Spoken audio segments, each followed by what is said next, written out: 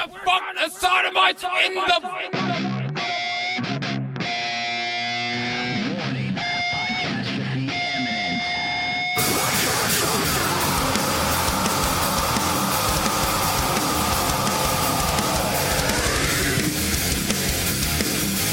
Join me, Dick, on a podcast about music, movies, television, all with a taste of metal. This is Podcastrophe. Ladies and gentlemen, welcome to Podcastrophe, episode 17.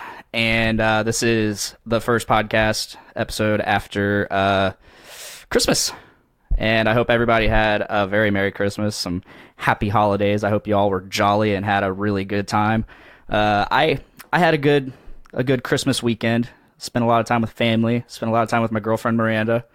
My only complaint, literally the only complaint I had about my Christmas weekend was I didn't get to watch A Christmas Story. Same. I did not see this is probably the first year in my 30 years of existence that I did not watch A Christmas Story during Christmas. It bums me out. It bummed me out. Please welcome to the show, Nate Phillips. Hey, how's it going? Did you have a good Christmas? You know what? This Christmas is winning. It was weird because I literally broke the bank and got as much as I could for whoever I could, And and that's how Christmas is, in the Christmas spirit. I'm going to spend all this money on someone else and hope that other people spend a little money on me. Yeah. And I actually want to talk about that today too, because I feel like definitely. I feel like the Christmas spirit is so dead, and maybe I'm feeling that this year because I didn't watch A Christmas Story, but it was busy. Lots of Christmas stuff going on, lots of baking and making things, and had the PlayStation 3 death that happened that I think I talked about on some podcast. I did. I don't remember. One of the many. But it was one of those things that this year I wasn't expecting a whole lot, and then everything just fell into place beautifully. I got the Stranger Things VHS collector's Blu-ray set. Ooh. Oh, it's amazing. Ooh. It's so awesome. I just watched the Stranger Things bad lip reading today. Oh, I haven't seen it yet. It's 18 minutes long, Holy. and it is fucking hilarious. Wow. Is it just through season 1 or is it? Yeah, it's just season 1. Okay, so I can't wait for season 2. Huh, that's bad lip reading. But it was weird because this Christmas I got a bunch of the Marvel Cinematic Universe Blu-rays. I'm missing 6. I actually got a duplicate. Oh. Which was Spider-Man. Oh, fun. Which is great because the Spider-Man I initially got is in my dead PS3 that I can't get out. So it worked out beautifully. I was like, yes! I still get to watch Spidey. Of course, I did watch Spider-Man immediately after. But no, overall, great Christmas. What about you? Did you you said you only had one complaint, but any cool shit you got? I got to Christmas weekend. We did episode 18, which is Drunkastrophe. This was live streamed, much like this. Ooh, that's the feature week show. Yes, it will be featured. Is that next week? Oh wow, that's next week, guys. Spoiler alert. Yeah, it's kind of cool recording an episode the day before it airs, because everything's very current and I don't have to account for a 2-week thing or time travel. Yeah, it's weird. So next week is Podbean's feature week for the Journey into Comics Network, and then the week after that is the Game Addicts feature week. So everybody, please just go ahead and tune into that. It's going to be a blast. All the shows are going to be putting forth their best effort. I mean, not that we don't always, but we're really bringing the thunder. Yeah, this is it's weird because when we found out we had the feature and it was the first week of January, and it so happens that the day January 1st is Monday, coinciding with Journey into Comics, we just thought let's go for broke and maybe try things we've never tried before, or really bring our, like you said, we always bring our best effort. However, there's extra stakes on the table, makes you elevate your game a little bit. And I think that's good because it gives us a reason to elevate our game, and we don't become stagnant and just complacent with the same style of podcast over and over again. So it's going to be really genuinely fantastic during feature week. We're going to be sharing a lot of stuff. We're recording a lot of feature week, I think, tomorrow. Oh, joy. Is how that's going to play out. But anyways, what do you I I don't know if I want to like steal your spotlight with your podcast here, but I do want to know, because we were just on the topic of Christmas, is the Christmas spirit and the holiday spirit dead?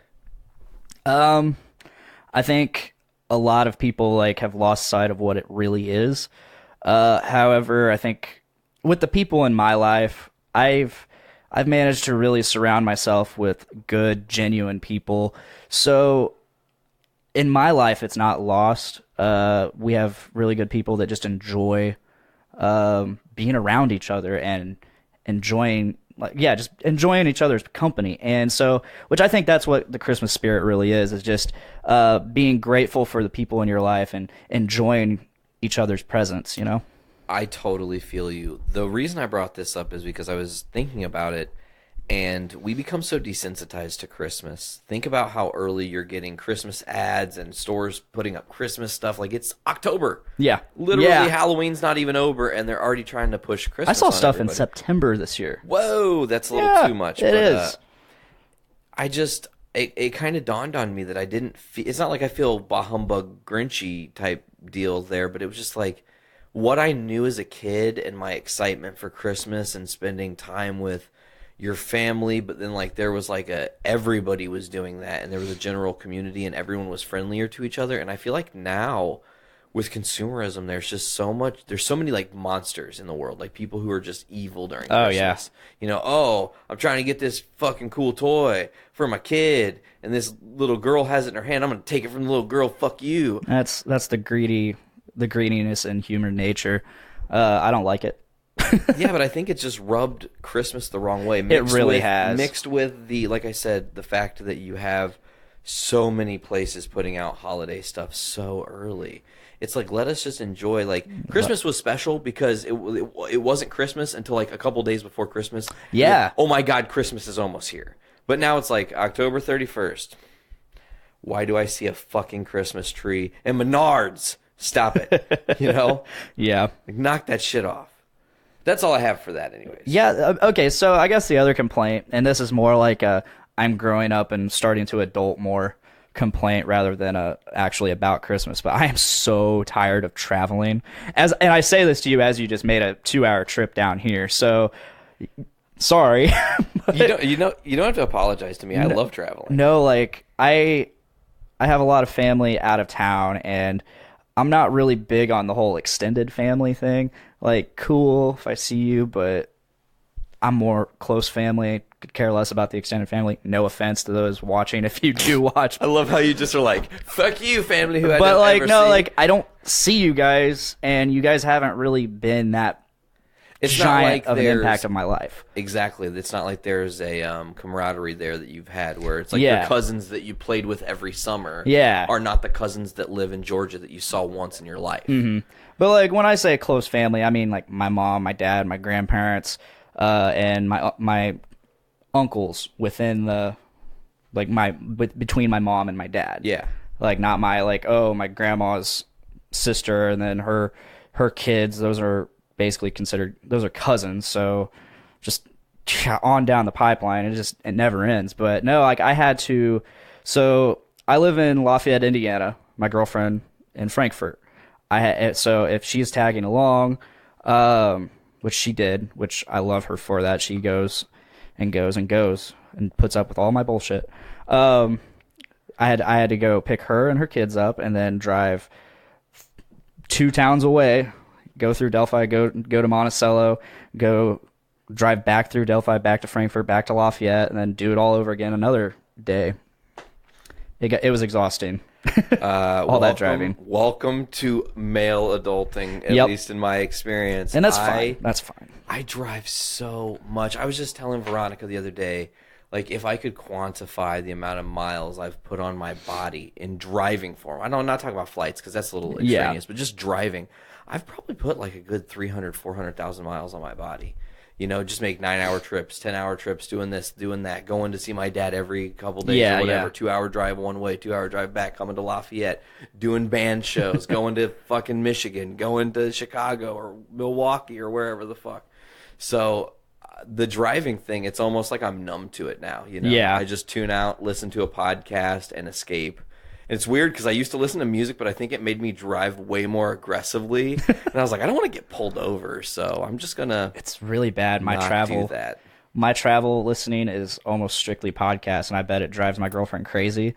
But because she has no idea what that's the only time she's okay listening is if it's like one of like your podcast, you or Brandon's podcast, because she's familiar with you guys now.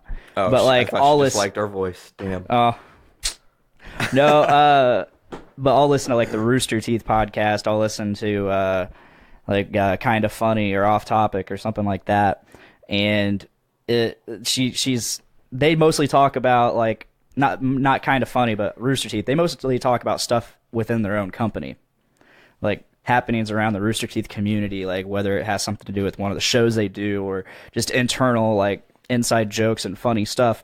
But I've been part of that community for probably 15 years now. Yeah, before you were podcasting. Yeah. Even so like I'm familiar with them, and I actually get all the jokes, and I feel like I know those people because I've been with them for so long. Yeah, absolutely. They're like people. It's weird because with radio, and it's funny. We were talking about this off air earlier. The whole spoiler alert. There's a reference to something I'm familiar with that comes in Drunkastrophe, the Ellis show. Right, Linder talked about it. Actually, he didn't talk about that until after we were done Really? recording. Oh. Yeah, the live stream kept going for another 2-3 minutes. Well, it was really interesting because I was watching the live stream, and somebody had said that they found your show through. I had posted an Ellis Fam a live stream. I think his name was Travis Anderson. Okay, cool. Shout out. Yeah, but it was weird because I just.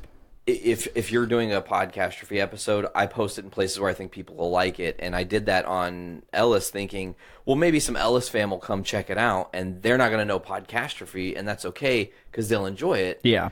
And it was weird to hear Linder bring that up, like, of course it was off air, but because it's just the Ellis fam and stuff has had such a huge impact with me, and it was cool to see it kind of like brush off to you guys. Yeah, it's really cool, and I really enjoyed hearing Dave Linder and company just repeatedly drunkenly yell Red Dragons over and over again. Yes, amazing. That's it was great. Yeah, that's a part of the culture with Ellis fam and Red Dragons and being a wolf knife, and there's a lot of stuff that goes with that. It's like almost a different part of me, in 2009 or 10, Sarah bought her car. It came with Sirius. Mm-hmm. Jason Ellis' show is on Sirius, and man, that early stuff is what got me wanting to even do my own show before I knew what I wanted to do. I was like, I want to be in fucking radio. Like, I'll fucking be the king of radio, And it is difficult, and it's real, but that just listening to Ellis, like, really pour his heart out about real shit that was happening. This is before he kind of got macho big time. Yeah. And of course he's been through therapy and is a different person now, so that's a whole different story. But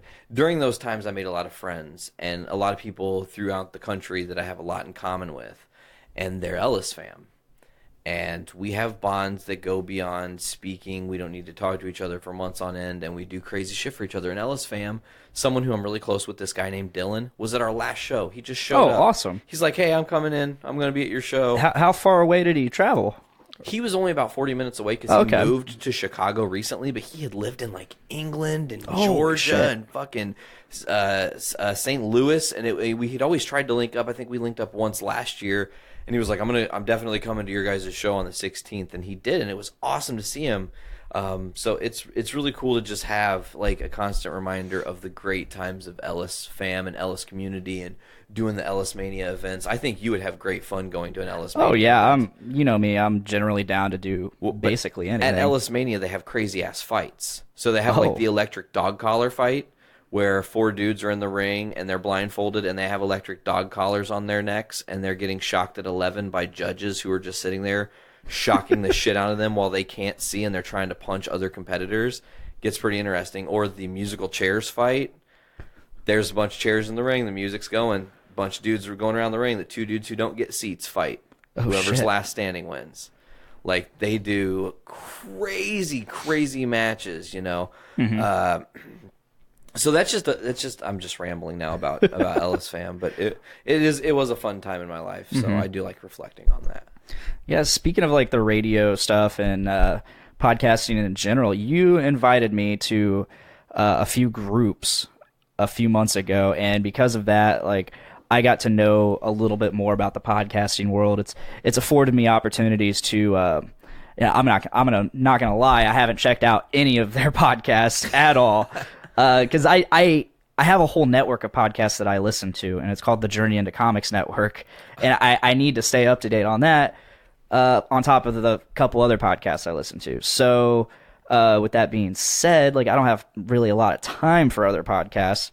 But no, like, I got to I got to see, like, all the different types of podcasts. Like, I didn't know true crime podcasting was a thing. There are too many fucking true crime podcasts. I didn't know there were scripted podcasts. Like, what?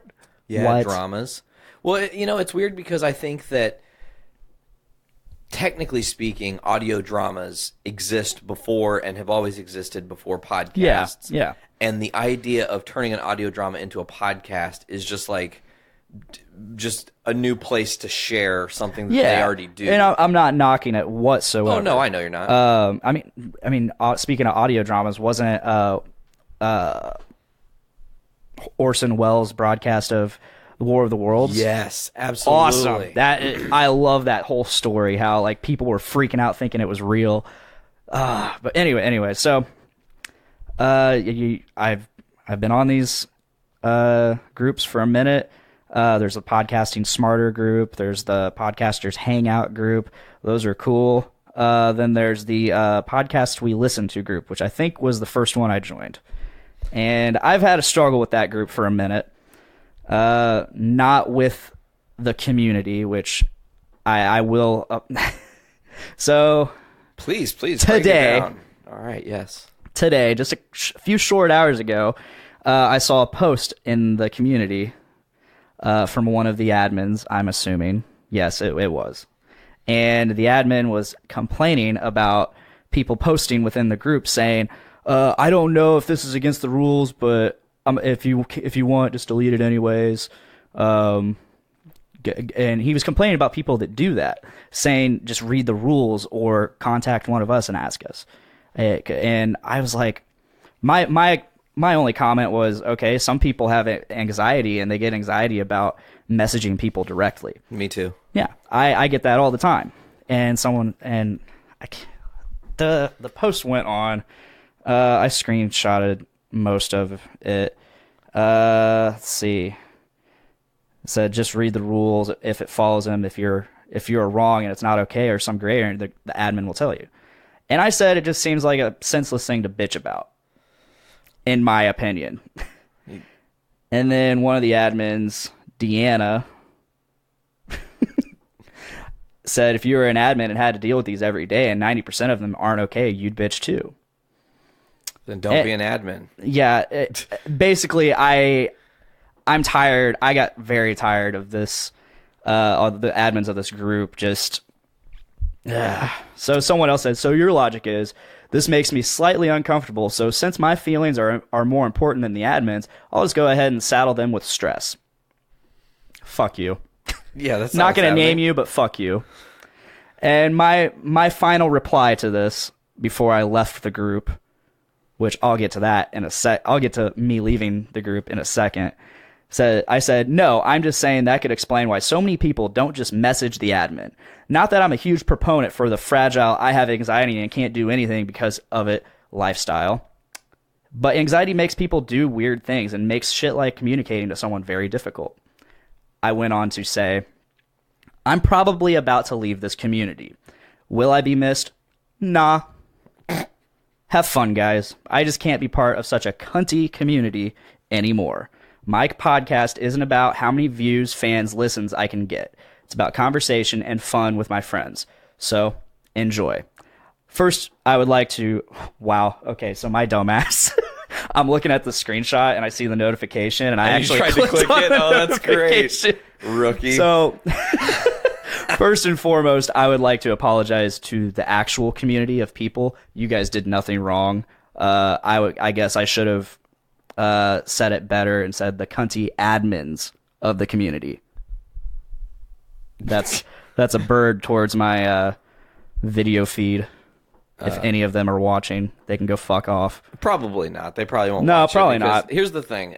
I don't want to bash or do a bunch of like what happened to you. I think is horseshit. Because here's one thing I know about podcasts we listen to is they talk about how they want to build this great community, how there's such a large community of people. But if you're not an admin, don't advertise your shit there because it's not acceptable. Yeah. And I think that's kind of bogus because really it's Facebook. Yes, every community has rules, but it shouldn't be limit how you advertise to yourself because you might be in a situation where you're conversing with someone and they bring something up and your best response is, well, shit, there's actually a show on my podcast network that I'm a part of. Which I've done. Would be perfect for you. Which I have done. Exactly. And I have no remorse for that. I think that we're in a day and age now where we're all motherfucking gunslingers and you have to be able to be willing to promote your shit and stand up to people who don't want you to promote your shit. Like, why are some podcasts getting so far ahead and other podcasts are doing like so much real work and actually genuinely love it and they're not getting ahead, but the people, you know what I'm saying? And that's like that with like really in any business model. Another time I've spoken my mind and in my very blunt manner that I tend to do. Hell yeah. There was another admin, I guess, stating, in my opinion, bitching about people posting live feeds. And which we've done in that, and it's whatever. I kind of agreed with their point. Like, it made sense. I'm like, okay, fine. But anyway, so I got a message request, and I see it's from this Deanna. And dun dun dun. I was like, oh, this is gonna be good. I gotta accept this. So she says, "You're banned from podcasts we listen to. There's no need to call a successful 16K member community what you called us. Do not request membership in the future." Followed by a screenshot of my comment, like I didn't know what I said. I agree. There was no need for me to call the community of 16,000 people who probably not 16,000 even pay attention to it. Not anymore. You're right, Deanna. There was no need for me to call 16,000 people cunty pieces of shit, I guess. However, fuck you and all your admins. I replied, "I left, period. That's okay, period." She replies, she continues to reply. Oh, so there's more. Wow. I sent the screenshots of this conversation and the post to the Journey into Comics group chat. I was driving. Nate was driving, but I said, "I left, that's okay." She comes back with, "And you won't get back in. Anxiety must not be that bad today since you're full of such strong words." I replied with, "As I said, period. That's okay, period." Like, I'm not going to feed into this. No, you're just like shutting it down. Yeah, I don't give I left the group. I don't give a fuck if I'm banned. I left it because I didn't want to be there. Why do I give a fuck if I'm banned? And I'm not going to come crawling back because you're a bunch of cunts. Thank you. Yeah. She read it and never responded. That. So, Man. Good. But yeah, I just wanted to put that out there. So, for anybody in the podcast we listen to community, I apologize for calling you cunts and that you have to put up with such cunty leadership. Is it leadership, though? Administration. Are they just dictators at that point? Administration. You can't post that. Hey, you also can't you can't post that. You can't say that. You know what? And this is... let's talk about this. Here's another amazing topic I want to talk about. The gunslingers in the wild, wild west. Are we at the last stronghold of communication with podcasting where... Think about it like this, man. Podcasts, uncensored. If I want to say fuck Donald Trump right now, fuck Donald Trump. Nothing happened. No one's upset with me. I can put that up tomorrow and it's not going to change anything. You know what I'm saying? And, like FCC regulations on, just terrestrial radio and FCC regulations on television and stuff. Do you think there will ever be a time where we're going to get stuck dealing with what we can and cannot say on a podcast? And how fortunate are we to also kind of reflect that we're in a time now where we can do and say whatever the fuck we want? I don't know. I think since this is like... Yeah, it's weird because we're not a company, so I feel like we're free to say whatever we want. We don't have regulations, Correct. so I don't see why they would put regulations on something that's not official or whatever. You know, Well, yeah, but I mean, we're not licensed. I'm just looking at the future as a whole. Yeah, and then that's mustering. That's getting rid of free speech. Thank you. That's the point I'm bringing up. Like, do you really think we're gonna not have a First Amendment? It's not that we aren't going to have a First Amendment. I just don't know if we're going to have a president that abides by any of the law and order. So that's the question here, you know. And the thing I'm talking about, rules and regulations, is like that day could be coming where you get flagged if you say a certain thing, and then that show maybe doesn't hit iTunes for whatever reason, or that show gets flagged and it doesn't go to Stitcher or to Spotify or whatever. That is a very strong possibility in the future with the way things have been changing. Do I think that it's going to be in the next 5 years? No. But in the next 50, it wouldn't surprise me if there are podcast regulations coming in the future. You know, That'll bum me out. especially with the possibility of net neutrality, and if that actually holds, you know. I'm hoping it doesn't get through Congress. No, it shouldn't. It should not get through Congress at all. That's for the poor poor. Yeah. What do you want to talk about now? Speaking of the poor report, like I really enjoyed AP's episode this week. He once again talked about some Christmassy stuff, and he talked about the Santa Claus. I really enjoyed that bit about the Santa Claus movie. I listened to it on the way down, all the way through again, because I listened to part of it as I was editing it, and like 3/4 of it, and then I was like, okay, well, I gotta edit another podcast now, so in the list of things to do, listen to it, and I'm excited to watch the Santa Claus movies now, just to see how like accurate that concept is, that it's the scariest Christmas movie. One thing that's really interesting, we were at Sarah's family's Christmas, and they brought out the family's old toy box, right? And all the kids are grown up now, so it's like, you know, these toys are ancient, you know, or whatever. A lot of toys from my childhood, like McDonald's toys and whatnot, but there was a Subway toy in there of just a dude in like a gray sweatsuit with his hand like this, and he was still. And I'm like, this is familiar. Why do I know this? So I set it aside. Looking through all the toys, we're looking through the toys, having a laugh. Oh, look at this cool thing. Haha, whatever. I find the back ass of a Santa Claus. It's like the back half of Santa. Okay, that's weird. So I'm digging some more. I find the front half of Santa, and I was like, oh my God. It's a Subway Santa Claus action figure that came with Subway, like Happy Meal or whatever. So you clasp them together around the Tim Allen action figure, and he's Tim Allen action figure. Yes, that's amazing. He's Santa Claus. I'll remember to take a picture of that next time. Please do. I would love to see that. And I think it was also like a little like Santa Claus snow globe or something. So I love that there are several people watching. If you're in here watching, please feel free to share the feed.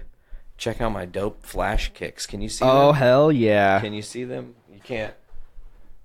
Oh, that's badass. I didn't know how to do that. I just like flailed my feet around on the live stream. For those watching also, and I feel like I'm beating a dead horse here. I've said this like the last few live feeds, but if you're watching on Facebook Live, know that this is not the only medium this podcast comes in, and I don't always live stream. So please check out the Journey into Comics Network by going to journeyintocomics.com and subscribe. You can subscribe either there on Podbean, iTunes, Stitcher Radio, Spotify, and Google Play.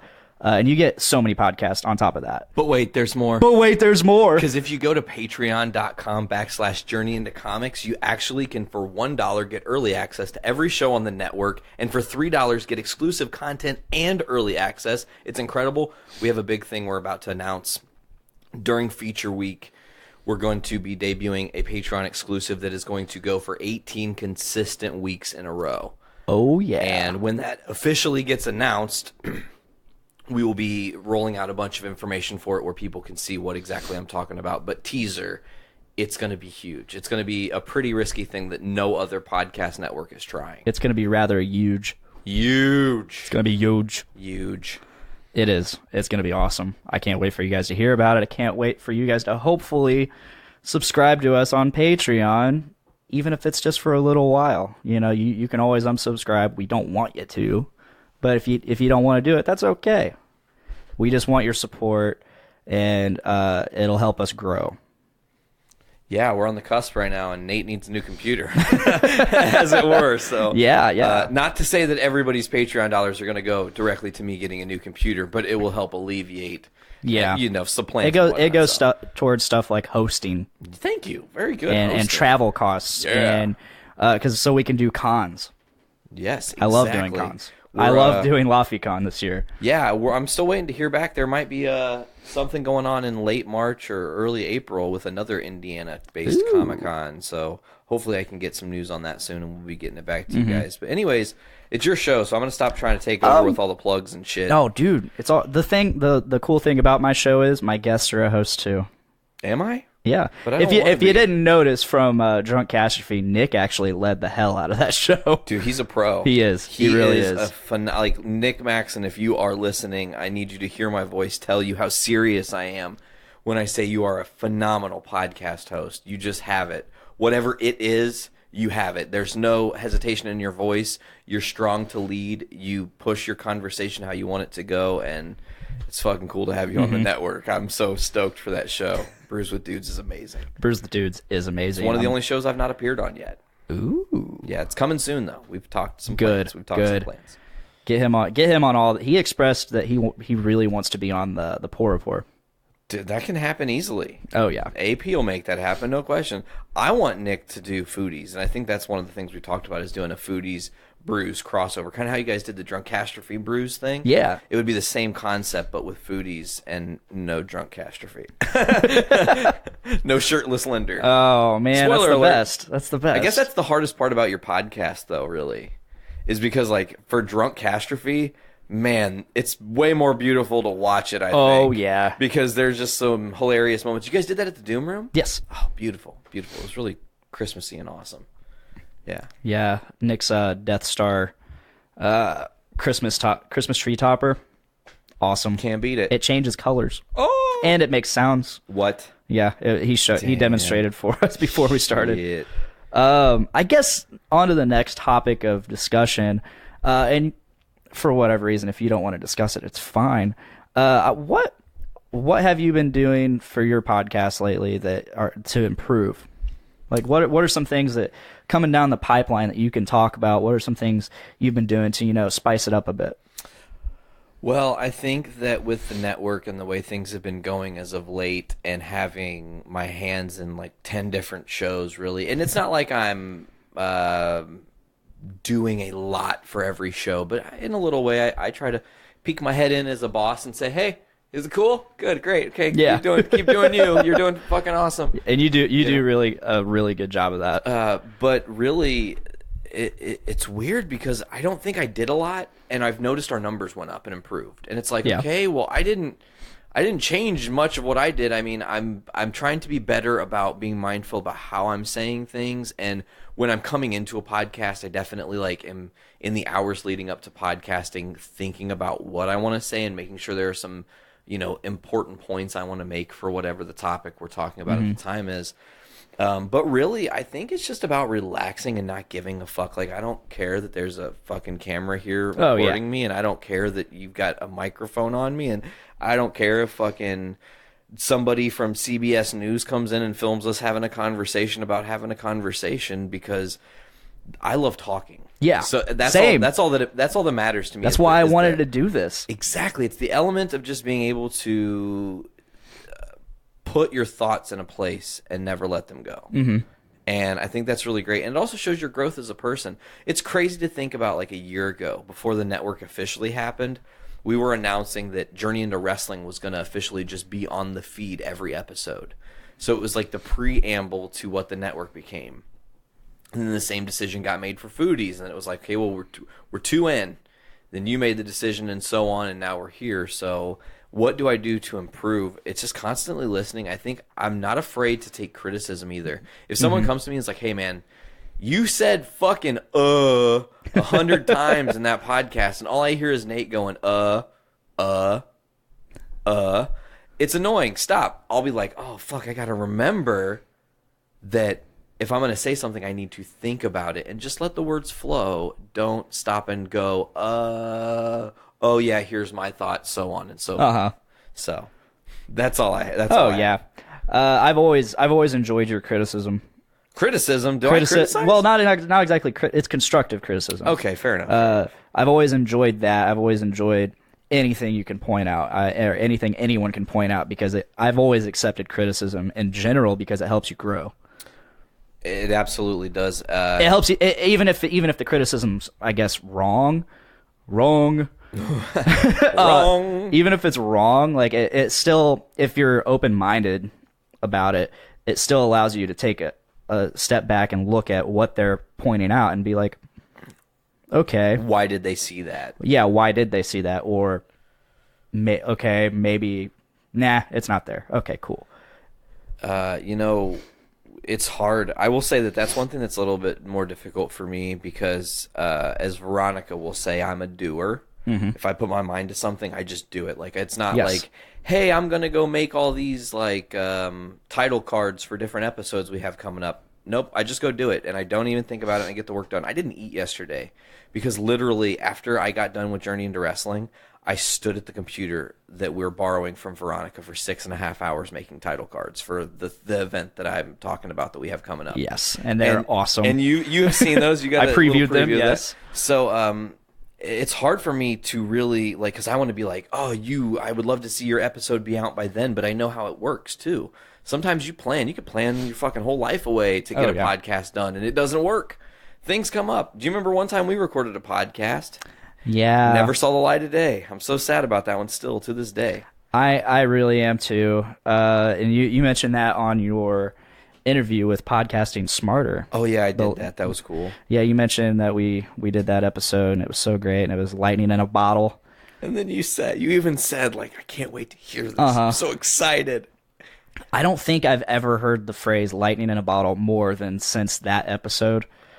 And you know what? Like, I may have heard it before that, but I don't remember. Yeah. But I immediately knew exactly what it meant. Yes, because like, there was a certain... That's such a cool phrase.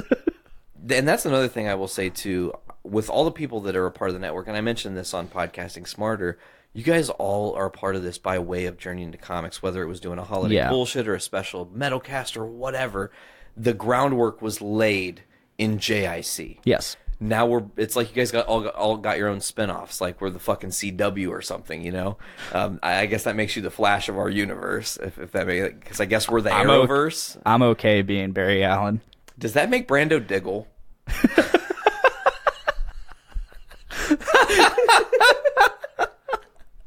I don't know why that he is or was watching. So yeah, I thought that was good. Hey, at least.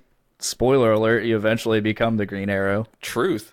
The thing is, though, is being a part of this and coming on different shows, doing your show. Yeah. Every time we do a show together, I feel like it's magical in one way or another. Because even if it's like we don't even have, like, there's no notes right now. No. You don't have a goddamn lick of nothing that tells me what we're doing. We're just rolling with it right now. And that's what I love about your show is that we're just in the moment and just kind of like going with it. And we're talking about whatever's happening and whatnot. And then you look at like a show like, for example, the Poor Report. I had to host that show. Yeah. What the fuck? I was very ill prepared until I was prepared. And the way I did that was literally just go, well, how does AP do his show? He researches. He thinks about what he wants to talk about. And then typically he'll utilize an article to inform his audience and then give his opinion. Smart. And I just did that in my own fucking Nate way, you know? Yeah. So I'm just glad that everybody on the network meshes so well together and that we can kind of create these cool avenues in and out between the different shows, you know? Mm-hmm. It is very interconnected in that regard. I love being part of it so much. Because it's like it's a family and it's a band. I've told you that before. Yes, it's like a band. It is. It is like a band, except for there's no gigs. Except for I guess this is technically a gig. There's but there is an audience. See, this is so confusing. It is a band. Podcasting is a band. It's a band minus instruments, sort of. Because microphones. We got microphones. Shit. We got microphones and recording things. Fuck. We have instruments. But we're not. There's no musicality to it. Yeah, not always. Not always, unless one of your awesome guests like Richard or Jake. Josh. I fucked that up. Sorry. It's I'm all so good. terrible It's all at good. names. He doesn't have sometimes. Facebook, so who cares? Oh. We can talk shit. Fuck you, Jake. Yeah. Fuck you, Jake. Jake Skywalker. Jake Skywalker. That's what Mark Hamill called Luke Skywalker because it was like he felt like a departure from the character. Well, I feel like such an asshole because Nick Maxon was talking to me about that. He's like, fucking Mark Hamill, he keeps going on about how he doesn't like the role. He doesn't like this Luke Skywalker. And I'm like, because he was talking to me because he listened to JIC episode 170. Ooh, The Last Jedi. Yeah. Featuring Dick from Podcastrophe and McLaughlin. We made the McLaughlin signal. Yes, I mentioned that. I mentioned that to you when we were discussing you coming down here. Which you were coming down here anyways. But when we mentioned you coming to the show, I was like, you're like, hey, any other guests? I'm like, if anything, we can throw up the McLaughlin signal and bring his ass in here. Maybe we should call it the Thai signal. The Thai signal. Yeah, because it rolls off the tongue better. I was thinking about it. The Thai signal. Speaking of which, I love how the people who are seeing the live stream, you've got the JIC Network logo and the Podcastrophe logo. That was actually kind of where I was leading with the whole what we do to improve the show. Okay. Myself and Tyler McLaughlin have been looking into streaming on Twitch. Cool. And you started Twitch, didn't you? You yes. have a Twitch account now? Yes. So he wants to do more so for streaming video games. Like Monster Hunter World is coming out later in January 26th. And he wants us to get really big on, because there's not a whole lot of Twitchers streaming Monster Hunter. So figured we could become a staple of that Monster Hunter community. And I was like, well, that's awesome. And I don't have like the best gaming setup in terms of my computer's here and my TV's here. I don't have the room for that right now. Mm-hmm. So, but I do have a podcast and I do live streams on that podcast. So I would like to utilize Twitch for podcasting because there's an audience there and it gets me away from Facebook Live.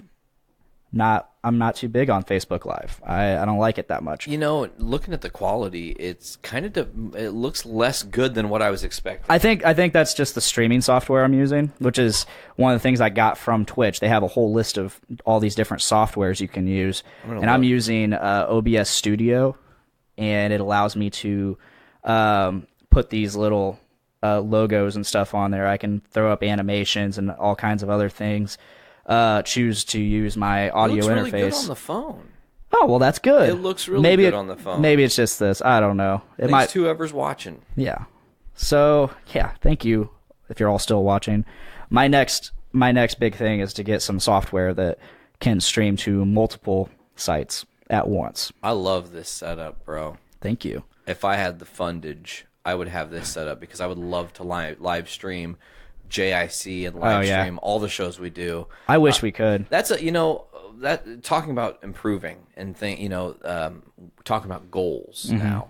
Brandon and I have discussed the possibility of someday opening a little studio where it's a couple rooms. Yeah, he's talked to me about that as well. With your podcasting setups in the 2 rooms, one set of microphone or one set of cameras, so you can just like go from one to the other. Uh-oh, you're making a face. I am. Uh-oh. What's the face about? Just go on. I'll get to it. Okay. So, I think I know what it's going to be. Anyways, so the thing is this, like, I would love... Flip it off. Oh. Wait, who did I flip off? Sorry to interrupt.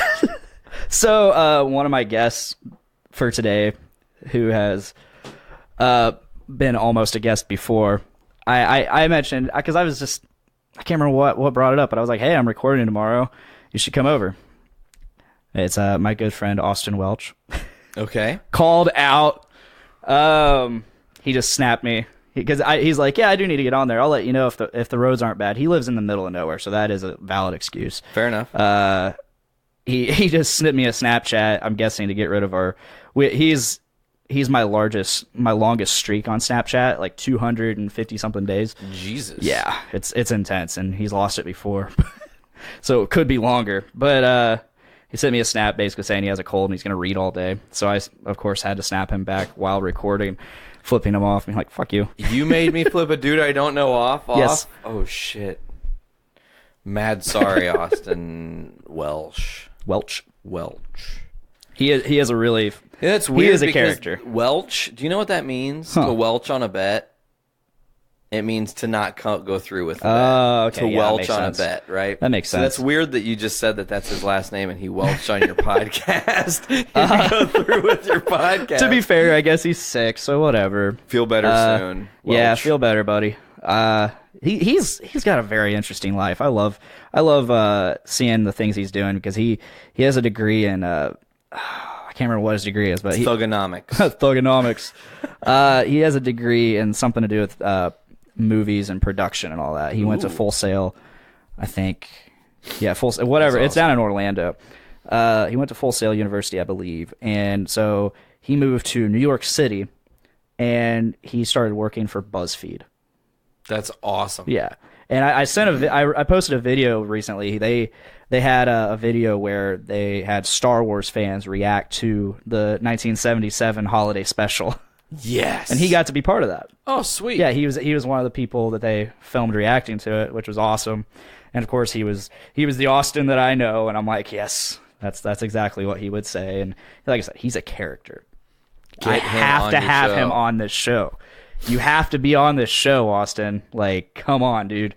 It's so much fun, and the people would love you. Absolutely. And he is so opinionated about shows, but in a good way. Like shows, movies. So he's passionate. He's very passionate. Just wait till you hear him talk. Great. Just wait till you start hearing him he talk. was a part of. Oh man, like that was him toned down. Like when he gets going, Toned down for what? well, when he gets going, he goes, and it's great. Yeah, I need to get him on here. I'm gonna reshare our liveness. Okay, go for it. Because I want people to see this shib. Right post. Live Oh yeah, podcast trophy. I'm so glad you're saying all this With stuff because it allows for there not to be dead space. Me. Is this technically dead space since we're just talking about the not dead space? I don't know. That's weird how that works, right? You fill it how you want to. It's strange because there's, again, no rules for podcasting, so you could have silence. And there's definitely no rules for Podcastrophe other than fucking have a good time. Yeah, I agree with that. The weird thing is, I want to mention, I feel like, have you ever listened to a podcast that does have like 8 seconds of silence? Yeah. After 2, you know what you do? Oh, it's done. Shit. Oops. I did that for one of the podcasts we did. I fucked up and forgot to edit some silence out. Yeah. That was a mistake. Because I was listening to my own podcast. I was like, oh my God, I forgot to put the back half of the podcast on it. What do I do? I'm freaking out. And then it was there. And then it was just 8 seconds of silence. It was the longest. Damn. So what have you learned podcasting? Like what are some things that you feel more wise about now that you do it? Ooh, you just ummed. I did that on purpose after the first one, obviously. The first one though was you thinking about it. It was, so it's not exactly it's not a filler word. Did you see this? It was legit. Oh yeah, that's awesome. Yeah, okay. I've been tempted to get one of those things, but Dope, dude. Here, I'll show the live feed. yeah, It's this cool flash, dude. It closes, it opens, or whatever. You can just like fucking. you slap it on the bam. back of your phone, and it is you can hold it. It's a fucking it's kickstand. a little gripper thing. That's the way I see it. It's something there to grip, and but I don't need it. I've never needed one. It's whatever. I got a fancy iPhone. What have I learned is when it comes to getting a guest on here, I got to be more open to inviting new people on. I gotta somehow get past the anxiety of talking to somebody that hasn't been on here, and being able to, because the anxiety comes from where I haven't had them on here, so I don't know if the conversation is going to be good, and is there going to be a lot of awkward dead space? You know what that takes? the cunningness of a host Yes, to know that the it does. silence is there, and to, as soon as the silence starts to happen, or another thing that'll happen, and listen, you've been guilty of it, I've been guilty of it, Brando, everybody who podcasts is guilty of it. Picking this thing up and utilizing a phone while you're podcasting is kryptonite, because your brain immediately is not in two places at once. Exactly. So what happens is, I've done it several times since here. Me too. Also, Since we've been recording, but mostly just I've only used it to check because the way Facebook Live works, if you share it, some people don't realize that their comments aren't going to be seen in the actual video unless they're actually in the video. Oh yeah. So I was checking to make sure nobody was commenting on that. Thankfully, nobody has. Unthankfully. Fucking comment. Yeah, comment. Talk to us. Say things to us. I'll talk about any topic. With no fear. Same. I haven't quite learned too much other than I don't know, because all my knowledge, all my technical knowledge comes from the music world and learning the production side of things, like my interface and setup and all that. I learned how to do all that stuff when I started learning about production and mixing. Yeah, I think that's one thing you do have a strong advantage on, is you do know a lot about the mixing and stuff like that. It's cool you use this super advanced fucking program or whatever. I'm cool with Audacity, bro. I this looks so advanced to me. I'm just how would I even? Which I'm going to talk to you about this when we're done. Cool, that's great. I can't wait because I'm going to give it to you. What? Yeah. I found out that my license spans a couple devices. So I'm just going to give that and the license. Oh, so you can use it and all of its glorious plugins. And learn how to utilize it better. Yeah. Or cool. If you want, you can just download it and buy a license yourself. It's the cheapest thing. It's $50. Oh, not bad. Yeah, for as powerful as a program as Reaper is, it's so cheap. And it's every bit as powerful as Pro Tools, in my opinion. And not sponsored by Podcastrophe. Or Podcastrophe is not sponsored by Reaper. They probably won't once they find out I'm giving you my license. Oh, well.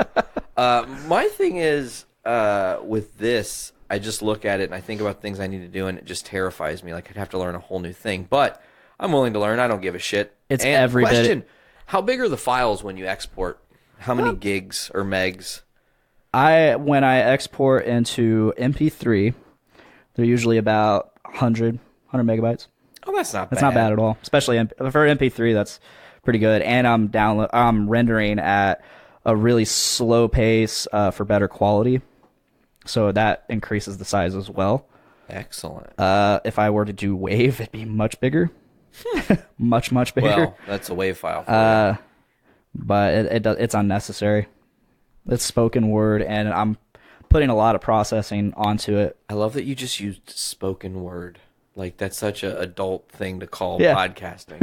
It is. Because before podcasting, there were spoken word FM channels that was just people talking, talk radio and whatnot. So I can't wait till I can improve my already pretty awesome home studio and get outboarding gear, which is instead of using a plugin for compression or EQ, I can actually have a compressor, a physical device here that will compress the audio going in, and because it's a lot more natural sounding and better, more gooder. That's a great thing to do.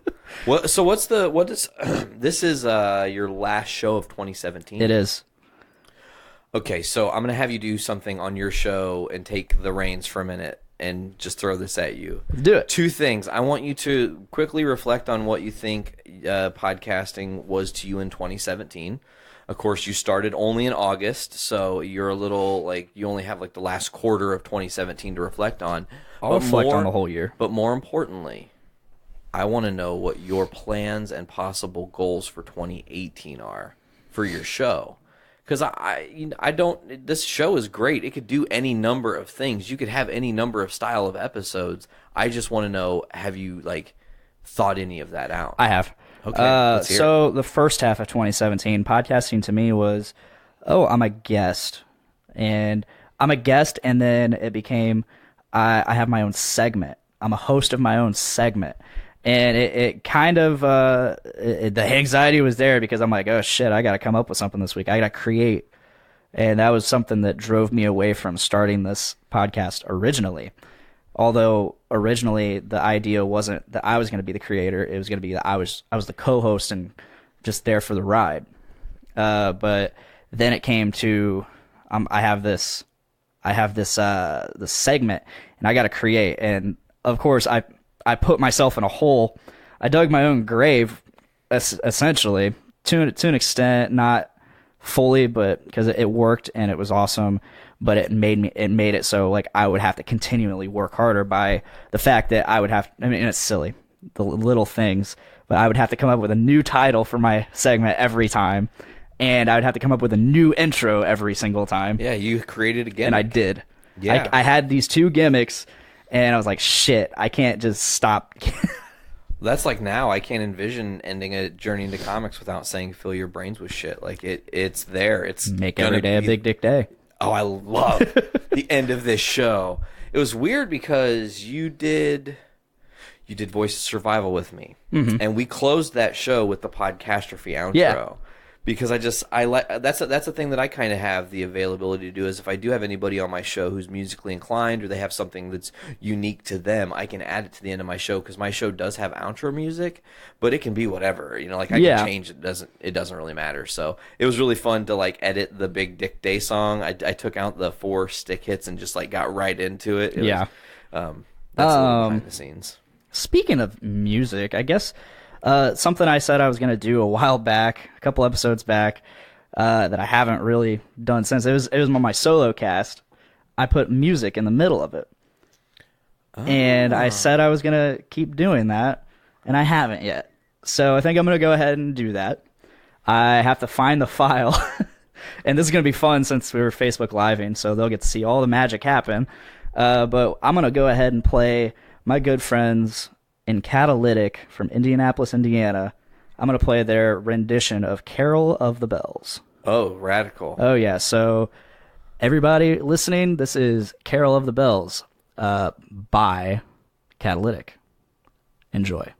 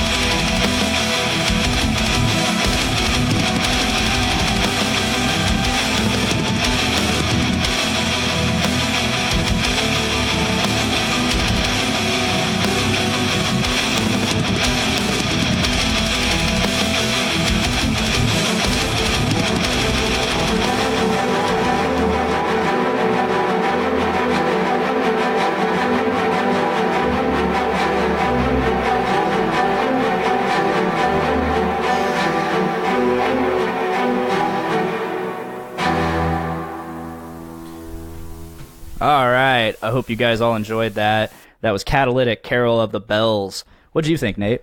I liked it. It was groovy. The quality of the recording is dope. Like for them being a more localized band, they're on a show. I just saw a huge announcement for like.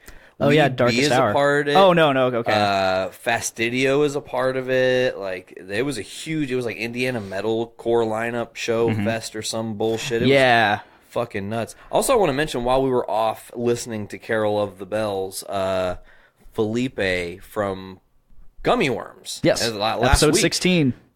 He said,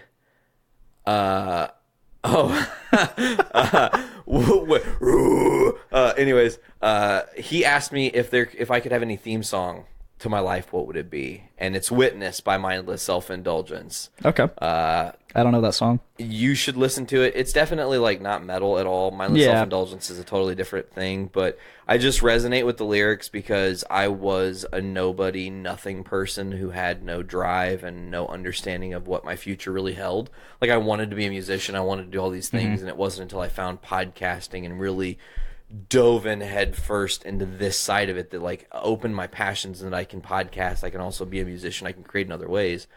And that song is just talking about how like I need someone to have witnessed at how my life was to how it is now, like the evolution from where I was to where I am, and I'm always grateful that I've been able to grow and develop in that regard. So just to answer Felipe's question, that's my go-to. My answer for that is pretty multifaceted because at this very moment in time, I honestly can't think of any it's a theme big song. Word, multifaceted. I know. Verbiage. You can't think of a theme song for your own life, man. Vocabulary. No, because right now. Okay, so when I think of theme song, it's usually my favorite song represents who I am at that time and how I'm feeling. And for the longest time, it was Forget to Remember by Mudvayne. I mentioned that on Voice of Survival, episode 10. Yeah. And then it was, I think, Holy Diver, Killswitch Engage version. Just because that song, it always made me happy, no matter how bad I was feeling. And then moving forward, became my current favorite song which has no representation for how I'm feeling about my life. It's just an incredibly beautiful song. But I did feel a connection to it for a while. It was Blue in the Gray by Parkway Drive. And it's a very reflective song. It's a very sad song. Rage. And I say rage, and I feel like I've talked about this on the show before, but rage to me isn't just anger. No, rage is much deeper than that. Rage is passion. Exactly. Rage is passion, and rage amplifies whatever emotion is attached to it. Like rage to me can be sadness. Rage to me can be happy. No, I wouldn't say happiness. I don't know. Could it be happiness? Rage as a happiness, it could work. Like we're partying, we're raging. well, that's raving. But no, rage can be used positively. Like let's go rage and throw down and have a good time and get wild with our friends. That's another thing to talk about is how like crazy words are now. Like, the new meanings for all these other words. God. Yeah. At this very moment, if I were to pick a theme song, it would probably be this podcast closing song, Big Dick Day by Pizza Face. Just because it's such a positive song, I guess. Like it's got a nice like positive flow to it, and it's about having a good time, and it's about making the best of your life, and everything's going as planned, I guess, and you're just enjoying it. Last week was a big dick week for me. Awesome. Can be such a thing. Awesome. I feel like that the lyrics to that song are highly accurate to the majority of my life. So it's that song is so motivational too. Like when I listen to the end of your shows, I'm always just like, yes, like let's go get some shit done because I'm in a great mood now. Awesome. You know? I'm glad I can do that. I'm glad Pizza Face can do that for you. Yeah. Well, it's you selected it. I still haven't told them that I use their song for my podcast. I don't think they're not gonna care. Do you know them personally, right? Quasi. Yeah, because I mean they played the Hilltop Fortress, they played the Doom Room, they've played the Doom Room, and they haven't even been. Okay, I'm gonna say this: they played the Doom Room, and they weren't even there. What? Because they were so ingrained in our music scene. They're from Philadelphia. Okay. They were so ingrained in our music scene from playing the Narrow House and the Skylight Cafe, and I think they played the Skylight and the Hilltop Fortress and all these other places, that some of our bands around town started covering their songs. And so whenever the actual Pizza Face wasn't there, they always called it Pizza Face Deep Dish Edition. So one of the times that Pizza Face Deep Dish Edition played, it was Gooch from Cardiac Arrest. It was Cody Clem from formerly of Weed Bee, and my band Catacresis back in the day. And then Dave Linder sang for him. Ray Carlisle from formerly of Lucifist and Narrow House and Cardiac Arrest and all these other bands. He's Ray Carlisle is in Thermonuclear Division? No. Oh yeah, he Yes, is. He's the drummer. He drummed for Cardiac Arrest as well. Oh, that's awesome. Cardiac Arrest with great. Which name. Cardiac Arrest came from Pizza Face. It was What's up, Mike T. Amber Renee? Oh, that's my sister that lives up by you. By me? Yeah, Oh, that's crazy. Yeah, Wild. this is if you're listening, this is the guy, this Nate guy. He lives up by you. Hessville, what up? No, so Deep Dish Edition. It's always fun because they have a song called Operation Kill Keg, and they bring a keg out, and you got to kill the keg before the end of the song. Oh my god. Which is kind of insane because most of their songs are only about a minute long. Wow, impossible. No, so they'll just play it over and over again until it's gone. That's kind of awesome. They play It's big like Wheels on the Bus, but getting drunk. Yeah. They play Big Dick Day. I think that night, the last time Pizza Face played, like Pizza Face actually played. See, they also brought back Cardiac Arrest for that night, which Dave Linder, they did a Deep Dish edition of Cardiac Arrest. Awesome. Because that's so ingrained in our fucking music scene. But I think every band that night played Big Dick Day. Really? And that's the first time I heard it was that night. Oh, that's great. And then Pizza Face played that like 3 or 4 times. Because their songs are so short that they can just fuck it, play it again. Dude, they do it again, do it again. I was going to say something, and my brain just melted off. I can't. Damn it. It was, oh, dude. Speaking of the music scene in Lafayette, Yeah. we won an award. Yes, you did. What the fuck? Yes, you did. Holy shit, dude. That was crazy. I genuinely was not expecting that. I voted for you. Thanks. I voted for you. Did you? Who won the person award? Was it Austin? It was Nick Maxon. What? Curse you! I should have voted for myself more. I tried. I honestly thought I was going to get it. Love you, Dickie. David. I was in a band with him right before I started this podcast. Cool. He's definitely going to be a guest on here. That's awesome. But back to the award thing. Like, that was weird. Yeah. We played this show. We did all of Earth AD, which is like the last Misfits album that came out in '83 before they technically broke up. Before the Michael Graves era, which we won't have to get into. But we did that show, and it was just one of those things where venue mixed with poor advertising from the place or whatever. I don't know what the reason was. It was not a great turnout. And we blew through Earth AD and killed it, and it was great. But we got off stage, and we were kind of feeling like bummed. Yeah. And you've played shows before, and sometimes you have that bummed feeling. Like, man, that one leaves a sour taste in your mouth. If I ever did have that feeling, it was probably from my own performance. Which sometimes that's all you can really reflect on, obviously, you know. But we get off stage, we're driving back from the venue back home, and you had sent that thing in the group. I about fucking fainted and wrecked the truck because I was just like, I wasn't first of all, I wasn't expecting us to win anything. It was great to be nominated. Uh-huh. So not only was I not expecting to win anything, but if we had a chance in anything, I thought, like, best tribute, we probably have that on lock. Did not expect best new act. That was like, Yeah. I felt really genuinely touched by that. It was just like, wow, the Doom Room, just like that. That's really sweet, and that's our first award, so that's like really extra Yeah. sweet. I mean, we love you down here. We seriously love you guys down here. We like playing Lafayette. It's a fun place. Which show was that you were referring to, by the way? Which show? Yeah, the one you played. Was it one of the shows you played here? No, this was the night that you sent the thing. It was the night that show was happening here. Okay. We were Sorry. playing in Plano, Illinois, and at a cool place. This place, the Brick Lounge. But the show just left something to be desired. It was a little subpar. I get you. And Now I get you. And then it's weird because we played like 6 days later, minus our bass player, which unfortunately is the thing we've had to do sometimes. He gets roped into work because he's a manager for Whole Foods. So, oh, wow. like, he's the dude, you know?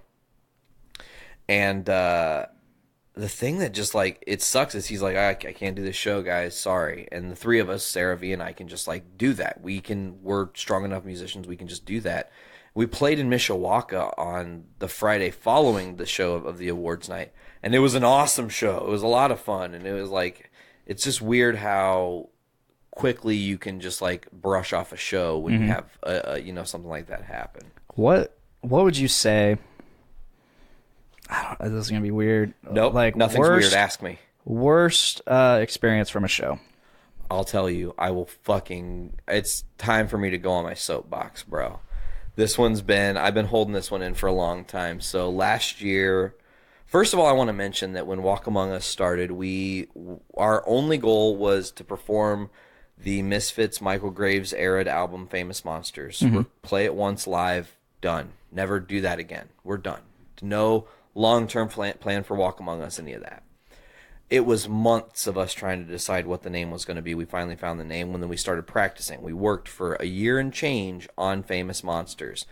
Every song on the album, that's 18 songs at an hour and like 8 minutes worth of material, okay? I'm going to cut you short.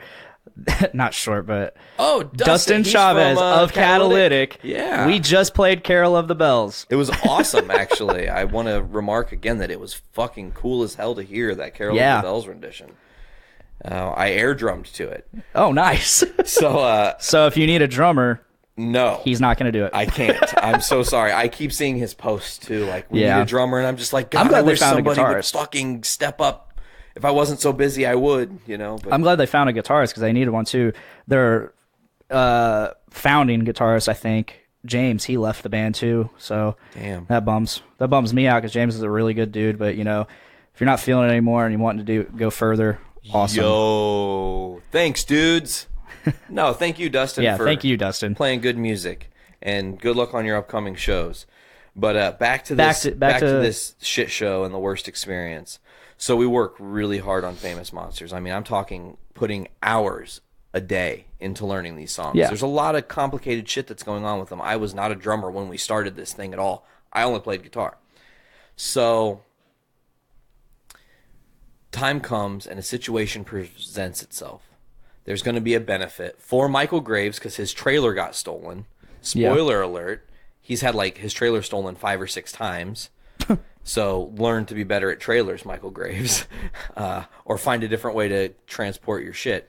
Anyway, so this place, the Looney Bin in Illinois, is going to host this show, benefit for Michael Graves. And they actually had like... this band Sleaze, and the creator of Sleaze is the stepson of Doyle from the Misfits. Like, not blood, but lived with him for a while. Long story there.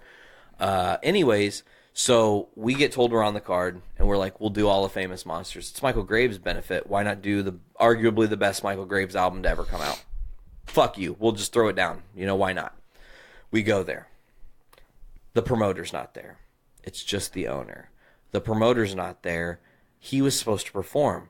The promoter's not there. He sent 2 fucking old dudes to perform. The promoter's not there. The old dudes performed for an hour and a half. There are still 4 other bands to go. We don't take stage until 2:30 in the morning. What the fuck? There was no one there. And guess what? There's a fucking sound curfew. We only got an hour set and had to cut 2 songs. Wow. Well, here's how strongly we felt about that event.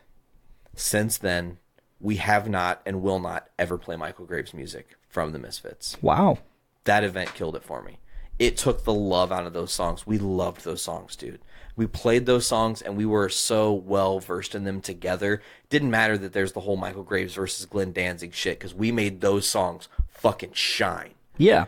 And then for it to get taken away in a moment like that, just like it not only muddied the waters, it left a fucking gross ass taste in my mouth of just like, I can't put myself through that again. I did all this hard work and the fucking payoff is no payoff at all. So that's when we switched focus and we're strictly Danzig now, as hard as we can. That kind of bums me out. Not necessarily because I'm not a Misfits fan, as you know. Poser.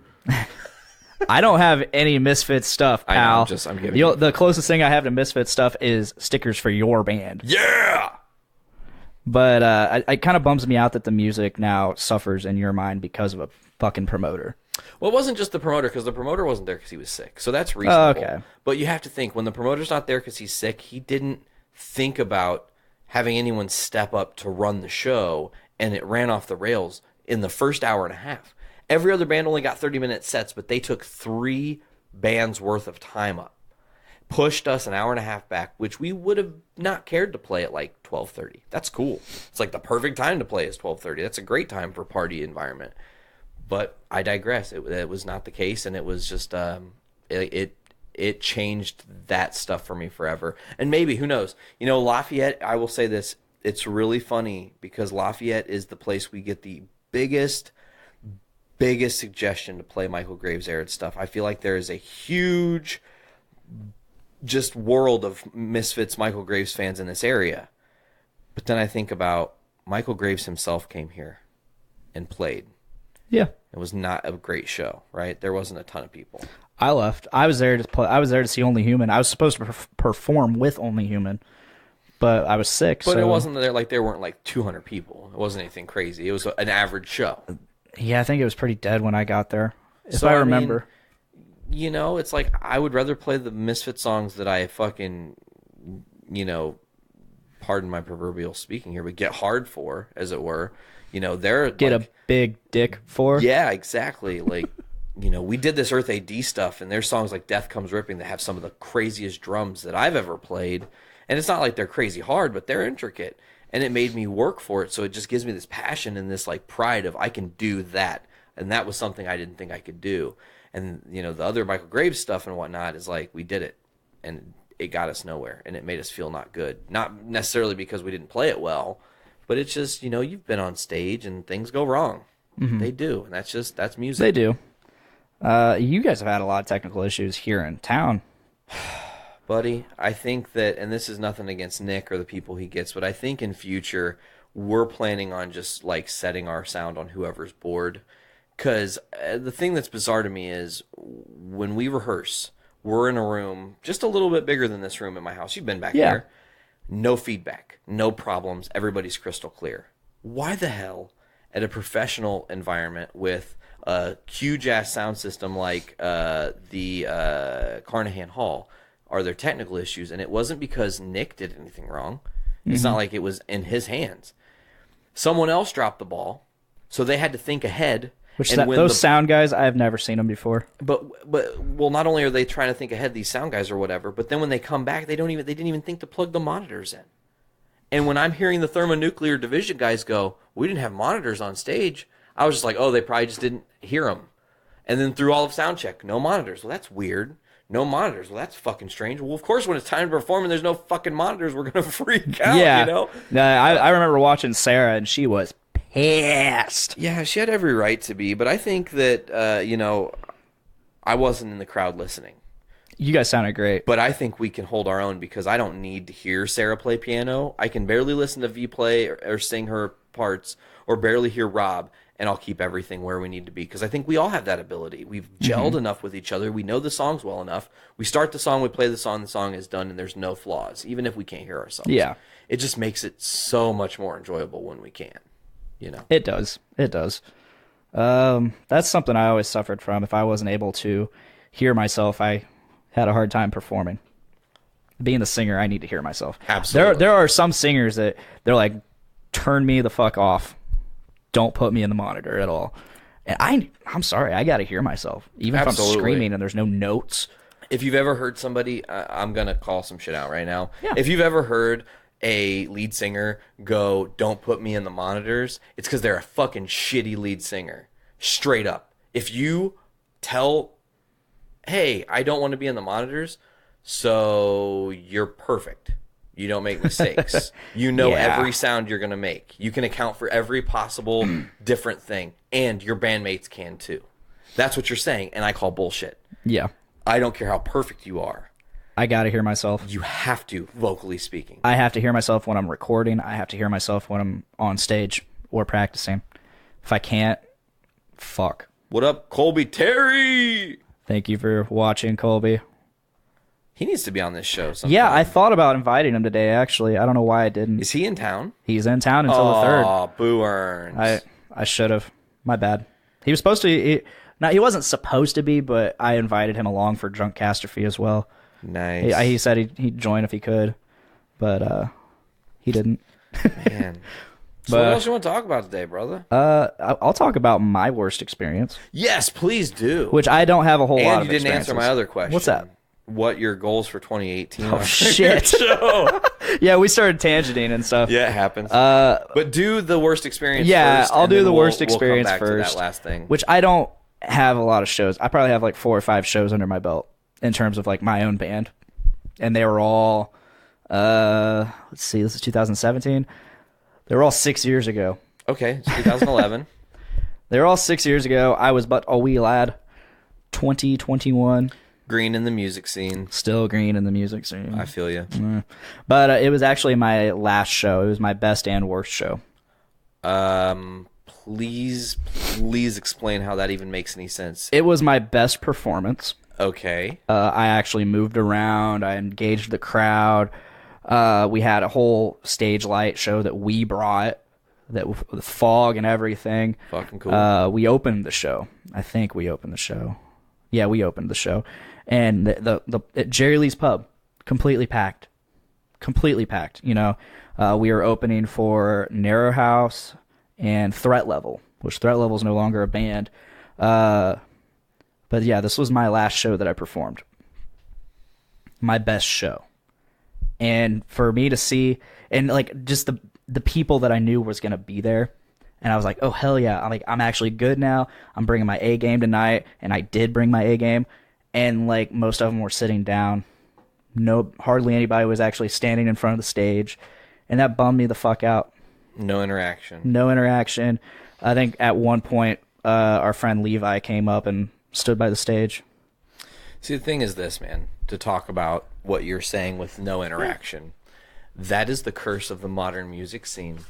And it is because of cell phones, and it is because of all these other things. You know what's cool about the Misfits? They are going to be performing in, I think, tomorrow and then in 3 days. Okay, they have 2 shows scheduled, one in Vegas and one in LA for their 40th anniversary as a band with the OG lineup. They only played 2 shows last year, first time in 33 years. Yeah. Danzig and company have made it official. It is a rule. No cell phones at the Misfits shows that they're about to do. Kind of like can't- Tool. You can't bring you have to lock it in a little locker, and they give you a little key to the Oh, little wow. locker. And like, they won't let you in if you have your cell phone and you refuse to do that, because people are missing the experience of music. And let me Well- tell you, if I don't have you giving me energy on stage, Oh, yeah. I'm not going It to have bums you energy to out. play for you. Because why? You It don't bums me out. care. I used to be really bad about like answering my phone during a show and stuff, but now like I typically give it my full attention.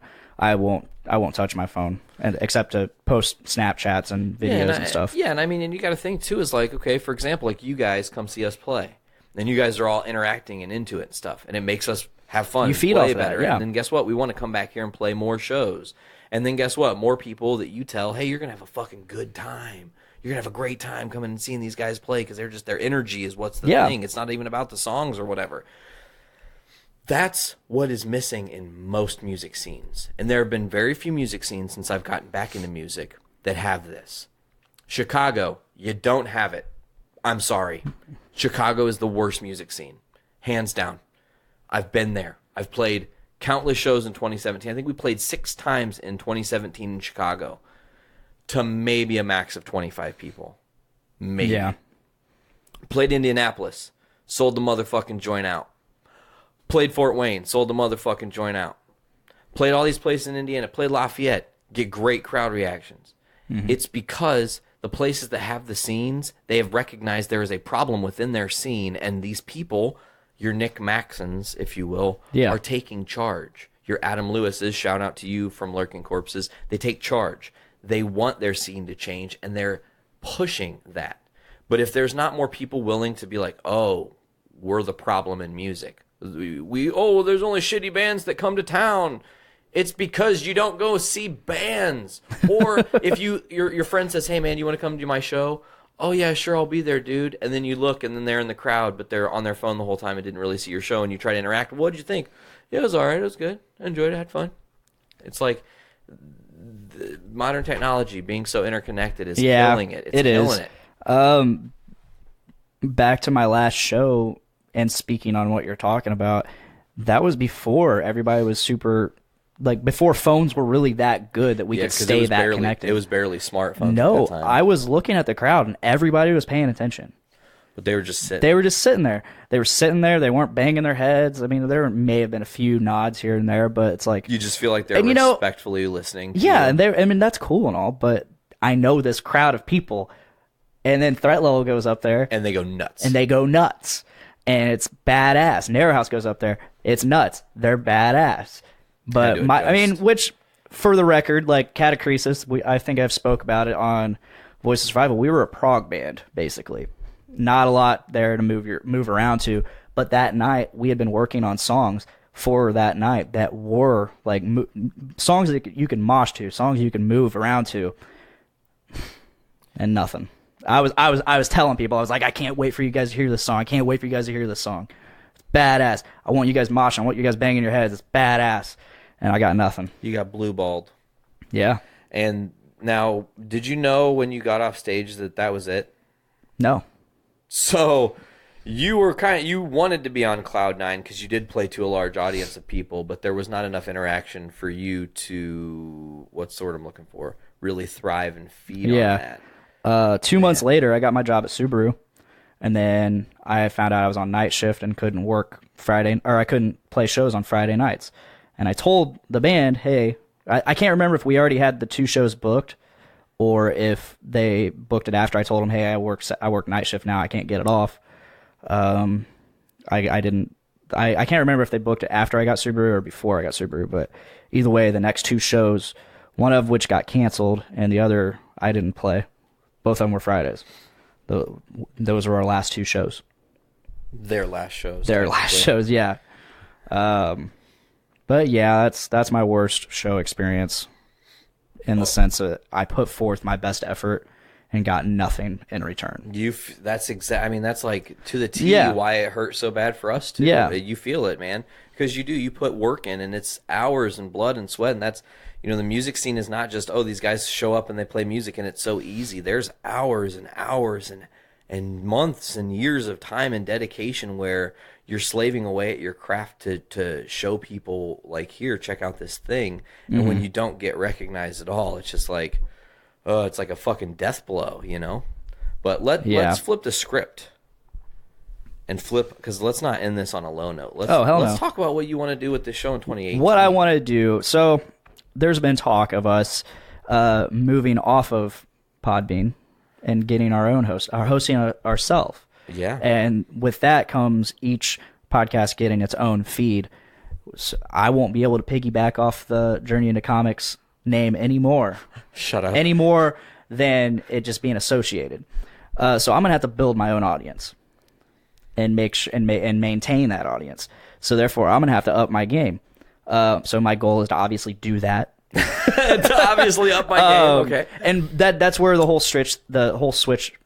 Twitch streaming comes in. That's where streaming to Facebook and YouTube and wherever else I can. That's where that comes in because I want to.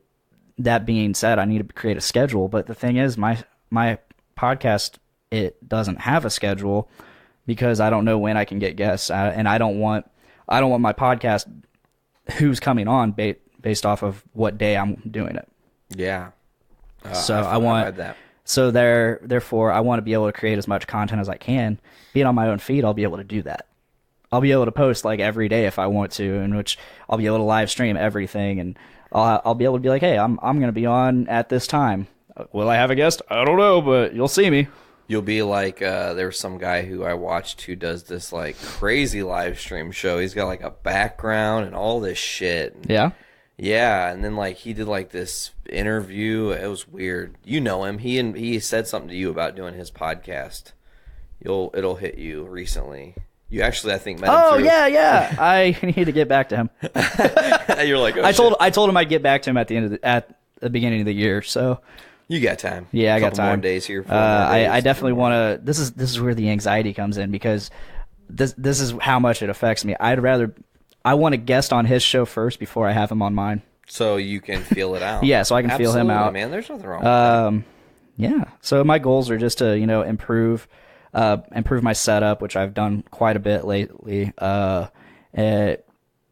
I don't know. I don't know if I want to bring on like an official co-host, which if I do, it's probably definitely going to be Tyler McLaughlin. Yeah. Hands down. Throw up the tie signal. Throw up the tie signal. I need you. My boy.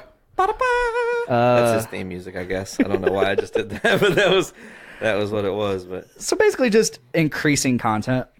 Okay, I love that. I want to have content. I want to probably start my own Patreon. Have merch. I showed you some pins that my girlfriend, for a Christmas present, she was gonna get me all these pins, like a handful of these pins of my podcast logo, and they looked awesome. But she could only order them in like orders of 100. And I was like, well, shit, do that.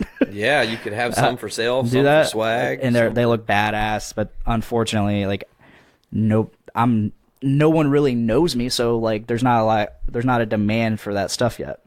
So I'd be able to be like, hey friend number 1, hey friend number 7 or 8, buy this pen from me. I love that you just numbered your friends. I've got friends number 1, number 7, and 8. I just wanted to, Fuck skip you, 2 through 6. I wanted to skip around and, show. Obviously, I have a lot of friends, but like, am I going to be like, hey, everybody buy this now? Yeah, of and course am I you do. going to get it? Am I going to get them to buy it? But that's just the modesty in me, and me like undercutting myself or selling myself short, I guess. You're a great podcaster and a poor businessman. That's what you're telling me right now. Terrible businessman. That'll improve over time, or I'll just hire somebody It's to do it funny for me. because you were like, look at these cool pens, and I'm like, oh, for this price you can make this much money off of that. That's what you should do. And you're like, eh. I straight up told you, I was like, well, I was going to sell it for this much, but Okay, I feel like, because you said $10.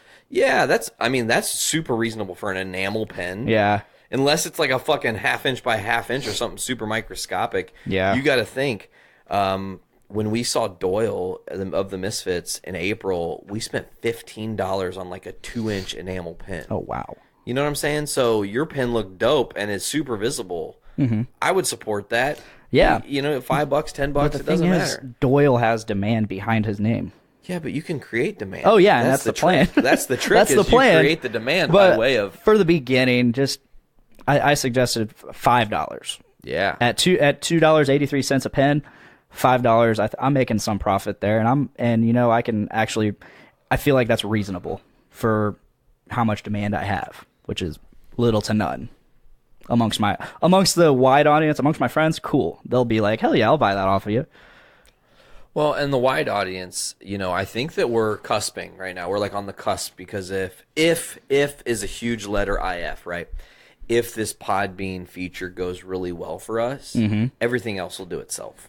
Like what you're worried about, you don't have to be. It'll be fine. Like everything will be cool. It's all in the adjusting of the future. One thing I know that I'm stoked for the future of this network is like if we do eventually get to go full RSS for everybody, like literally the way that'll work is we'll import all the old episodes too. So it will be your entire catalog of Podcastrophe, Oh, yeah. not just from when we went to individual RSSs. So you can create new fans who listen from the beginning and they find you organically and so on and so forth, which in turn still makes the network thrive. Yeah. See, you think I don't think, but I think. I think you think too, pal. No, that's why I love that I work with Brandon. You get to hear all the ideas. I get to hear all of his ideas. Sometimes before I do. Yeah. You're a stand-in Nate. It's really great because, it gives me ideas, and it's not that I don't steal the ideas, and I don't I get excited about these ideas because I can feel his excitement, and it's part of the network that I'm on, and I just love hearing about it. Even if it's for like Journey into Wrestling, Yeah. which I don't even listen to. I've never listened to an episode of Journey into Wrestling. It'd be interesting to hear you remark upon what you think of that show. I don't- Considering you don't know anything about wrestling. I know shit about wrestling, okay? Okay. However, it's not relevant to my life. Correct. It hasn't been since I was much younger. Every now and then, I'll like a couple buddies of mine, like Matt. He's a huge wrestling fan. He went to WrestleMania in Texas. He says it was a shit show. Oh shit! That's my stare down to Matt Wilcox for going to. Even though, you know what, literally WrestleMania 32 was a shit show, and I would be super grateful that I didn't go. So He was actually on the floor. Oh.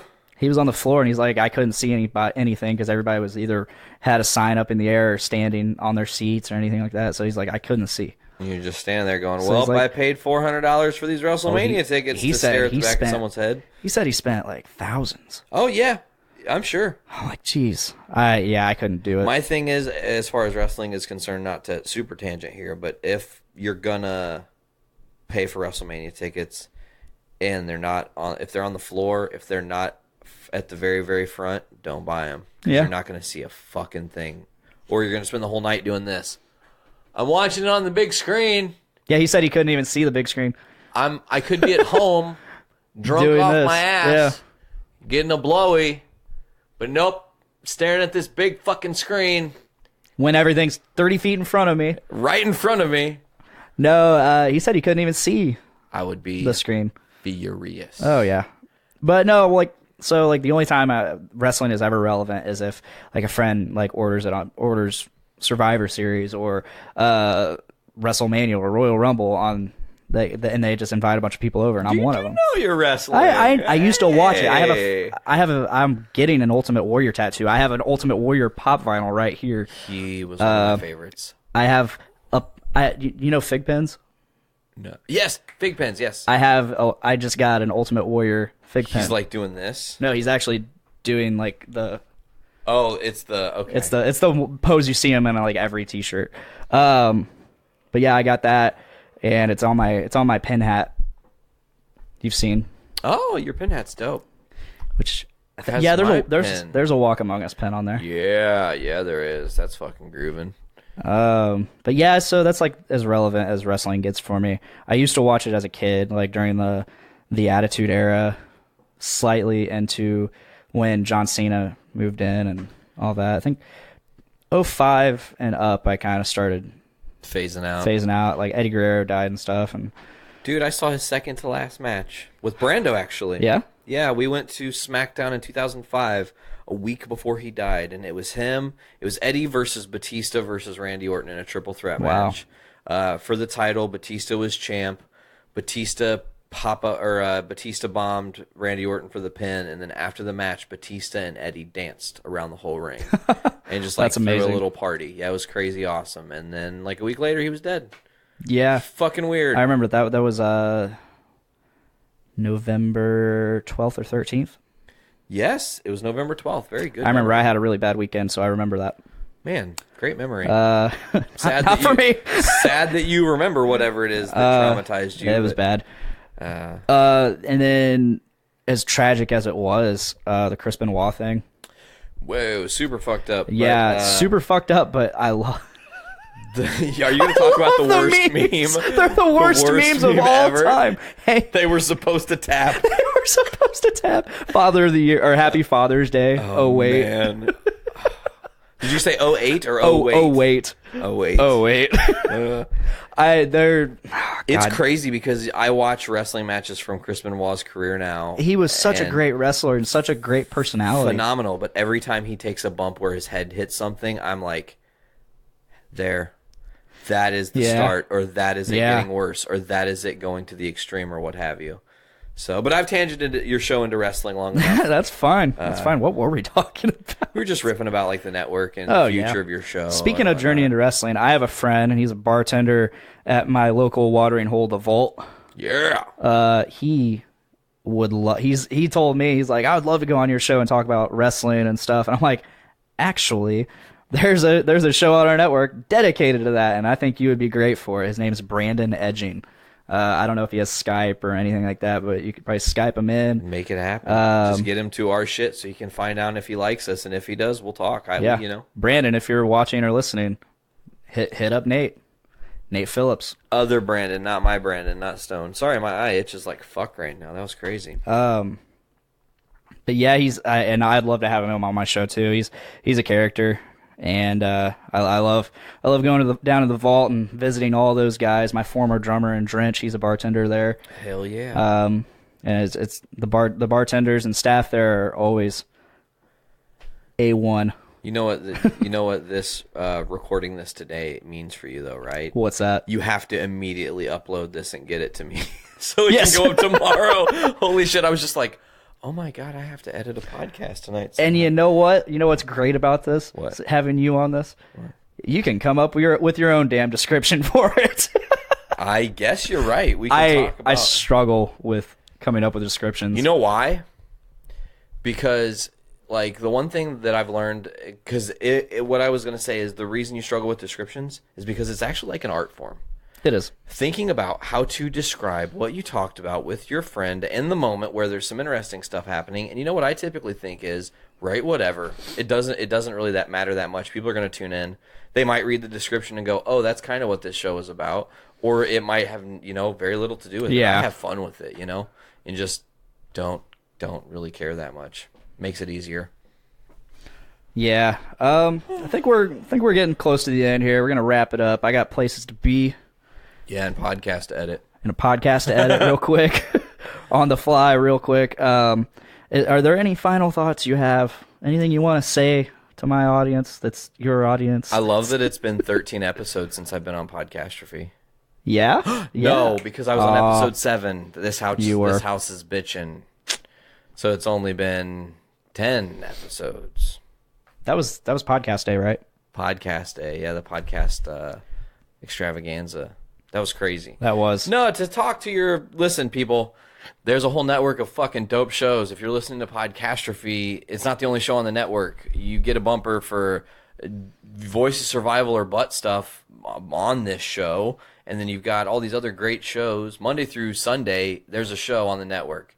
Listen to our shit, because while our shows aren't necessarily interconnected or crossing over consistently, we are a bigger family, and it's like you can join our family and listen to what we all are talking about and get insight to what we're up to. It's like our own Rooster Teeth. Oh, yeah. Except for we're the Journey into Comics Network, and it's because I love all my friends and want them to have fun talking about the shit they like. Yeah, that's all I have. And I like talking about whatever the fuck my guests want to talk about. Yup. And, Nick Maxon, he told me the other day, he's like, I love how open you are about watching 4K porn. And VR porn. I have yet to do VR. Oh. I have yet to do VR. That's the next step.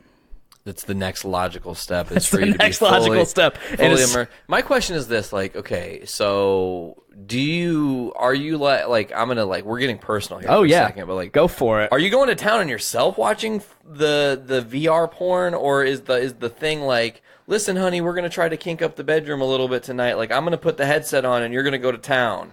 I never thought of that. I may have to conspire. I don't know. Awesome. I feel like that'd be so weird not being able to actually see her, but getting all the sensations of the thing you're watching. I was gonna go more for the solo mode. Yeah, but this... that's such an part of the experience. I guess is out of the corner, out of your peripherals, seeing yourself doing the act. So it's not being able to see yourself and only being able to watch the porn. But also another thing to think about, you have roommates. I do. Okay, so you're in the town going spanky spank on yourself with a headset on, and they're just staring at you, just what the? They just come in and it's you're just going crazy or whatever. Oh man, VR porn, weird. VR porn, weird. Weird. That's the next step. I definitely want to experience it for sure. 4K has been cool and all, but that was a Christmas topic, by the way. Yeah, Veronica's mom brought up 4K, or not 4K, but the VR porn, because she tried it out, And she was like, it's so weird. It's weird. Like, obviously, I would assume it was like, what's it called? It's where you're looking through the eyes. POV. POV, yes. Point of view. Yeah, point of view. I remember. Like if you're not watching a POV VR porn, like what's the point? It's just a screen porn? It's just other than that, it's just a screen that's really close to your face. Yes. It's super close to my eyes. And you're just depriving yourself of all the other senses. Burning my retinas. Yes. We gonna get out of here? We're gonna get out of here. Okay. Thank you guys for listening. This is Dick. This is Nate. That's Nate. Yeah, that's me. We're on the Journey into Comics Network. Please subscribe. Please hit our Patreon up for $1 or $3. You'll get some early access or some exclusive content or both. Yeah. Or future stuff coming. Yeah. Subscribe to us on Podbean, Stitcher Radio, Spotify, iTunes, Google Play, many other places. You'll get a ton of podcasts. This has been Dick. Please make every day a big dick day. Woke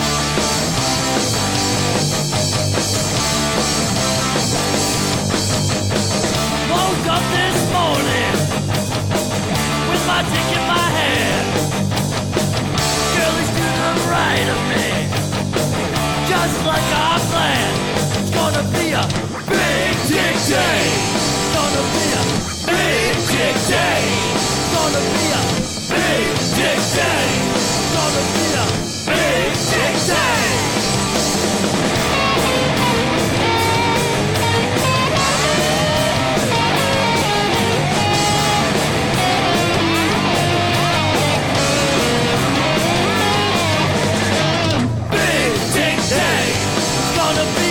Big dick day. It's gonna be a